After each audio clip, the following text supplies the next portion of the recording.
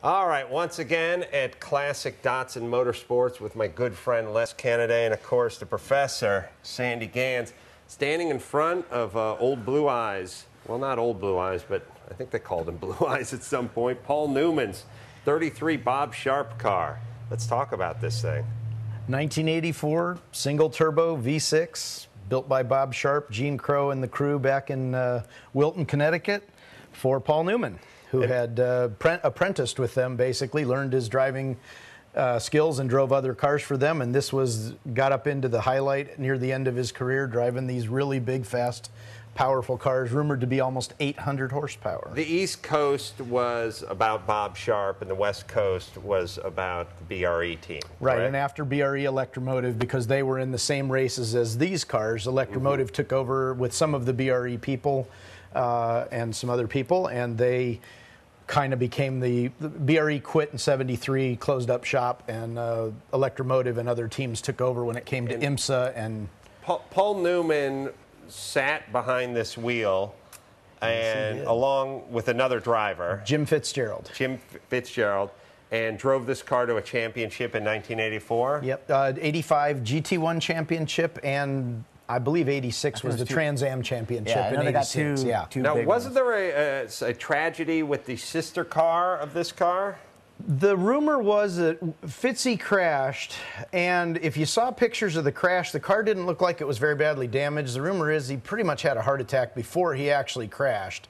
We don't think the crash killed him. Pretty much assume the heart attack killed him, and then, like a couple guys recently that this has happened to, they believe they've had a heart attack and died before they crashed. But if you saw the pictures of the car, it didn't appear to be too badly damaged, so we don't really think he died in a crash. And it was funny because when this car came up for sale, well, not funny, ha-ha, but funny morbid. When I found out the car was for sale, I said two things: how much and how old is Paul Newman?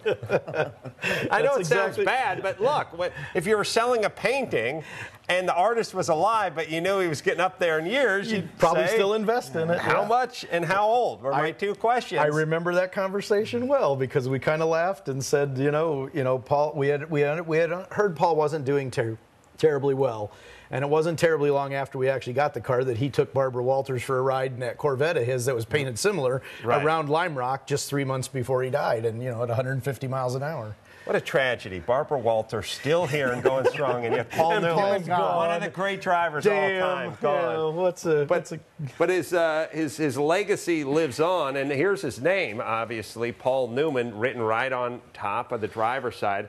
Of course, I'm going to have the whole car primered out and flamed out and doing ghost flames. We should get Sharpie your name right on sand that painted name off and put it on with a sticker. You know? Just take that painted name off. Black Sharpie, he's going to be good. And yeah, obviously this car is not what you considered a vintage car these days, but still hand-painted, hand-pinstriped, three-tone, 3 different colors of paint, and not all vinyl stickers like they would do it today. Matches the 610 scheme, you know? Right? Yeah. Exactly. This car has is it the diff cooler that's in the door of the passenger side? Or we think it's probably the diff cooler at this point. Would be the only one that would make sense for a bun steamer fan. Yeah.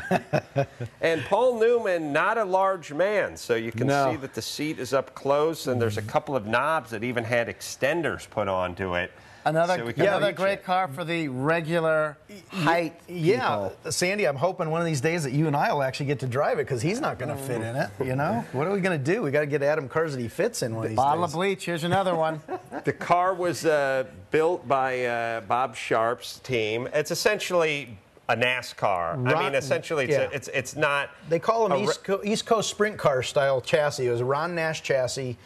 The motor done by Gene Crow with help from some of the Electromotive parts are on the motor, Wiseman gearbox, and then by looking at the rear end, quick change rear end and some of that is all the old roundy round stuff, East Coast roundy round stuff that they apparently copied. And again, Newman starts off in 510s or maybe TR6 2000 Roadsters or TR6s, graduates up into like 240Zs and that kind of stuff, but these are actually not purpose-built race cars. I mean, they're race cars, but they came out of a factory, and then eventually gets into the hairy stuff. Like, this is a scary car. This is a scary car, yes. And so, I mean, Paul Newman was no poser. He wasn't Elvis with a black belt. The thing they say about him is he was a racer that was using acting to facilitate his racing.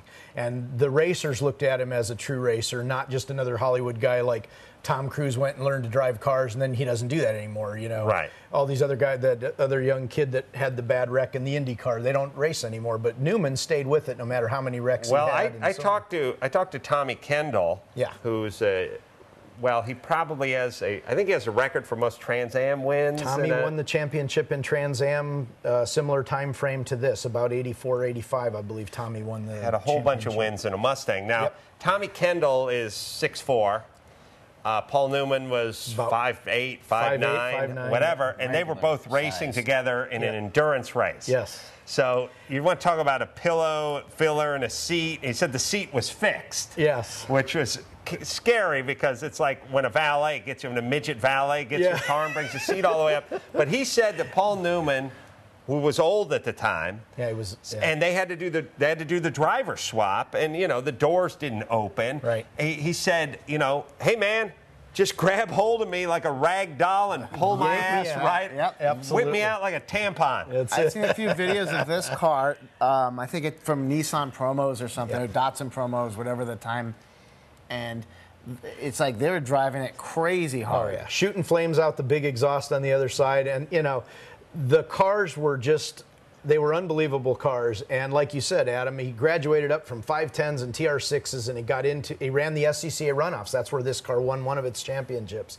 They graduated up to the 240Zs that Bob Sharp ran, that the whole team drove. Bob drove it, his son Scott drove it, Paul drove it. They drove to different championships with the 240Zs. Then when you get into the serious tube frame stuff where you've now got 13-inch brakes and huge, you've got stopping power, you got go power, this thing is just a monster. And you've got ultimate grip with these huge tires that are on these cars. And this was the heyday of Trans Am racing and IMSA racing. This was when it was at its best. Les told me once we hook the wipers back up, it's street legal. So I got a grocery getter. There you go, man. You'll be really fast, but it ain't gonna hold much. Good for drive-thrus too. Gone but not forgotten, the great Paul Newman, and it is really my pleasure to own the car that he won the '85 championship in. Awesome. Let's get a Fresca.